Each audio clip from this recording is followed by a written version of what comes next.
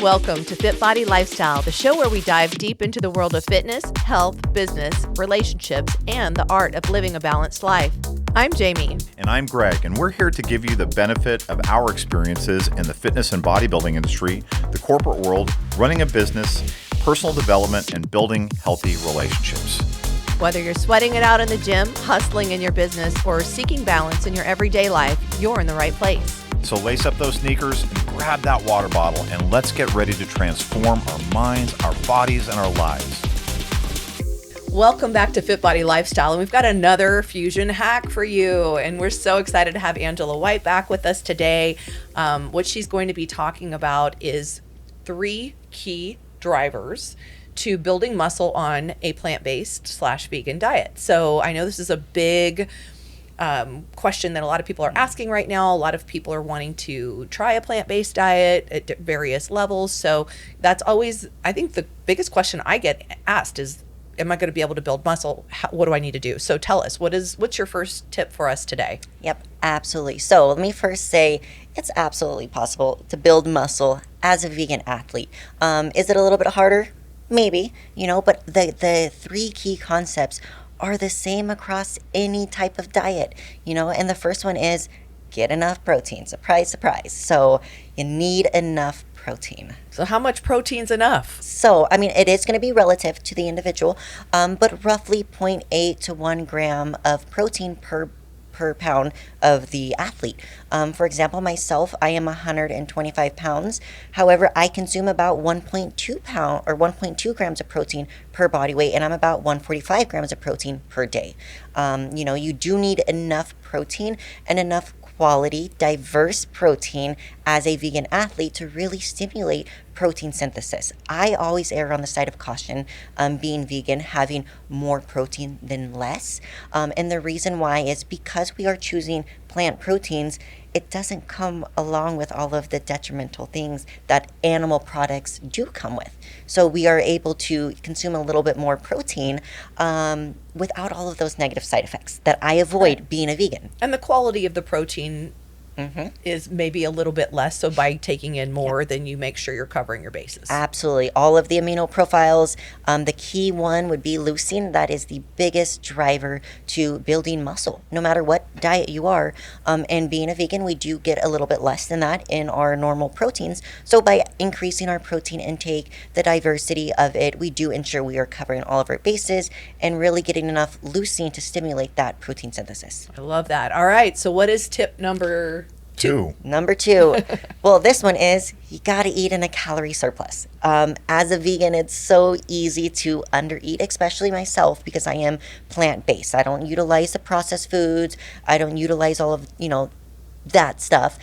So making sure you are consuming a calorie surplus. Now, this doesn't mean to what we call dirty bulk and eat all you could eat in sight. You only need about 5 to 10% more calories than your daily maintenance level. So calorie surplus, track your food in a food tracker app to make sure you are following your bases. You're not putting on 5 pounds in a week, but you're also not losing weight if you want to gain muscle either. So how do we know if we are in a surplus?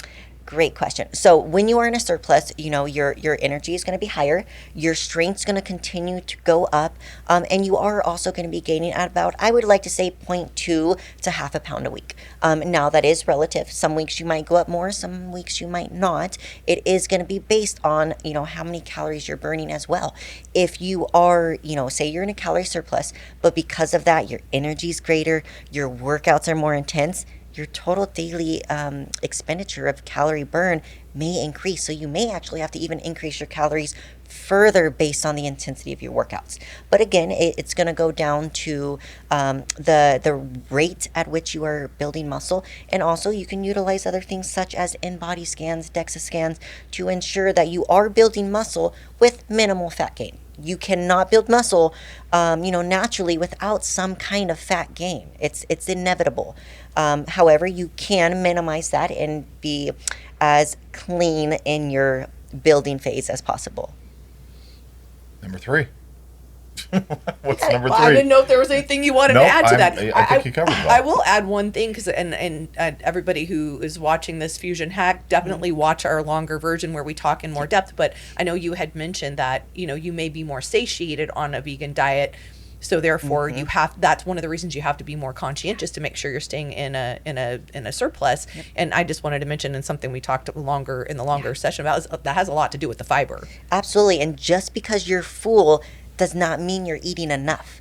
If you are eating 200 grams of carbs, but you have, 70 grams of protein, you're going to be pretty stuffed.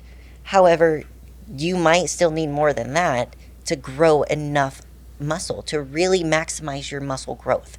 So, be conscious of that. Again, it's going to go back to the rate at which you're gaining weight, the rate at which your muscle is actually increasing, on those scans. Mm-hmm. So, yeah. Yep. Awesome. All right. Number 3. Gotta train hard. Does not matter what you're eating. If you are not training hard enough to really get those micro tears in your muscle, you're not going to build back bigger, stronger, and get jacked like you want to. Yeah, so and we see this a lot even in the bodybuilding industry 100%. where we'll have an athlete that'll come in and train in person, and then what we realize is they got a lot more gas in the tank than what they're actually using. And they have a lot more gas in the tank than what they even know because they've never pushed to that degree. It wasn't until I went to wellness that I understood, holy crap, Angela, like you can lift. You can train harder than what you've been training the past, 12 years at that point. So it's just you got to train hard. Now, I don't mean train, excuse my language, stupid. You know what I mean? You still got to be smart with it, but you really have to maximize those lifts. Right. Train hard, train smart, full range of motion for your body.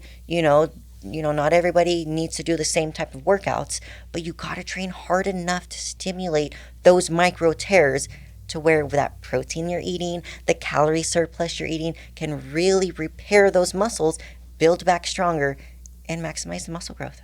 Right. So to be clear, we're not saying push as much weight as you possibly can in all cases. In a lot of cases, it might be slowing the motion down, an isometric squeeze, being more present and focused on the actual exercises. And it's funny to me, like sometimes we'll get people that have been pushing a lot of weight, maybe with a lot of momentum or something like that. We slow them down, get better form. And then next thing you know, they're like, wow, I was sore like I've never been before. And I used half as much weight. So just to clarify for the audience listening, training hard doesn't necessarily mean just throwing up the most weight you possibly can. That's why I think we have to make it train smart and train hard. Yeah, that's right. Because they go together. The beast mode mentality. First of all, can you be beast mode and be a vegan? Isn't that inconsistent? Anyway, that's just a question I'll ask myself later on. But I do think that the fact of training smart is really the key. And training, because you want to make sure that you are not, we talk about beast mode all the time. It's not about the amount of weight you're moving. And on no contest ever does any judge or any stage handler ask you, hey, Angela, how much do you squat? Well, you don't squat enough. You can't walk on stage today. That never happens. Yep, absolutely. 100%. And PRs are... Well, unless you're a powerlifter. Well, that's true. But we're talking about stage or we're talking about the bikini and bodybuilding. Yes. And I do think that there is an aspect of that you've got to get through your mind about what training hard is really doing. So... yeah, when it comes to training too, like for me specifically, I didn't understand pushing to that point of it's uncomfortable, it hurts, it's painful. I didn't understand the difference between painful being a good thing versus painful being harmful and scary. I would push to the point of where like, oh, it hurts, I better stop before I hurt myself. But I didn't understand what that level of pain in the gym was acceptable. I didn't understand that correlation. And it's different for everybody. Absolutely. Yeah. But I had to figure out for me specifically in my body, what was that pushing point or pushing past my comfortability, but still staying safe. Because there's no change without challenge. Training is not easy. If it's easy, you're not going to change. So you do have to challenge yourself, but you don't want to challenge yourself so much to where future workouts are impacted. You can't walk. There's a limit. So well, nor do you want to injure yourself Exactly. where training will be impacted for days, weeks, months. Yeah.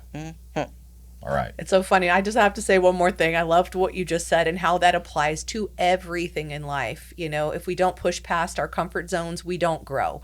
And so it's so interesting how, you know, we say that a lot, like the bodybuilding and what we do there reflects in everything we do in life. So as we learn to push through and feel the appropriate amount of pain and realize we're okay and we're going to survive, we can start then applying that to other parts of our lives when things get hard or painful, and realizing that we're more resilient than we thought we were. And you come out stronger. Mm-hmm. Yep. Awesome. So we got our 3. That's right. Go over them again. First one is get enough protein. Second, eat enough, calorie surplus. And the third one, train smart and hard. Awesome. So thank you for joining us for today's Fusion Hack at FitBody Lifestyle. Remember the 3 B's: be safe, be good to yourself, and be good to each other.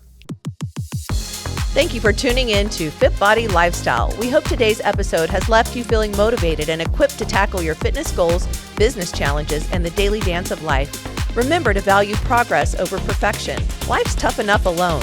Find the chosen family around you to help you along the way. If you enjoyed today's episode, we'd really appreciate it if you would subscribe and leave us a review on your favorite streaming platform. And don't forget to follow us on Instagram at FitBodyFusion.